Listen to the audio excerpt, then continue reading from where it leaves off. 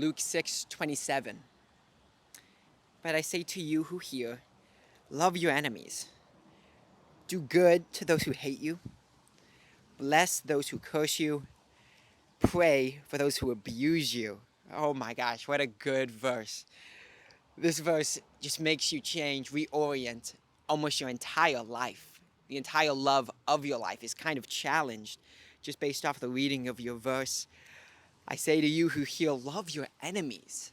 And if we just take a second to really realize what that means today, what that means for us, who our enemies are, I think there's no other option but that this verse is transformative.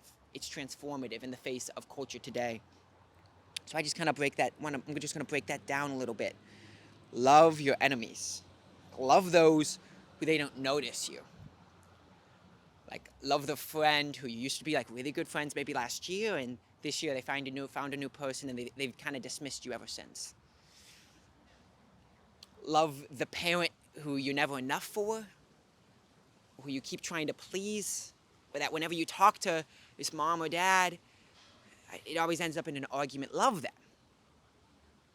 Love that person that back in elementary school, they just said one phrase to you, and you haven't forgotten it now, just years and years later. Love that person.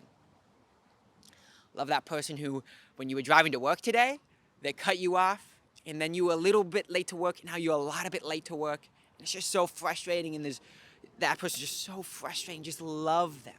Love them. This isn't even a request. This is actually a command, and it flies in the face of what so often feels natural for me. I mean, it's so easy to just love those who love you.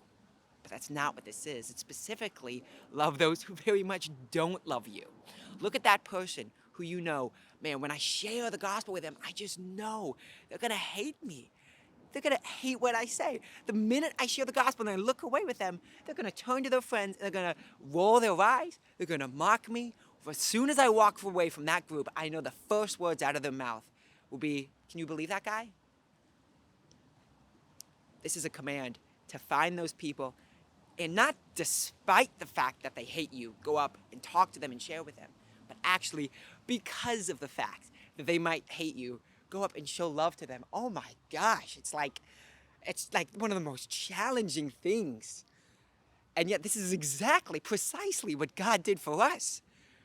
He said, while you were still sinners, Christ died for you. While you hated God, he did something and showed such immense love to you. And then he calls us to pay this forward. And it's witnessing the good news, the work that God did in us. That's what this is. Love your enemies. But it doesn't stop there. It says, love your enemies. Do good to those who hate you. Oh my goodness. You see that Instagram comment, they call you a clown or something. Or those friends talk to other friends, and it's not so flattering for you. It's not just love them. Do good for them. Be proactive and pushing up those who tear you down. It's such a massive verse. So I'm just going to read it one more time.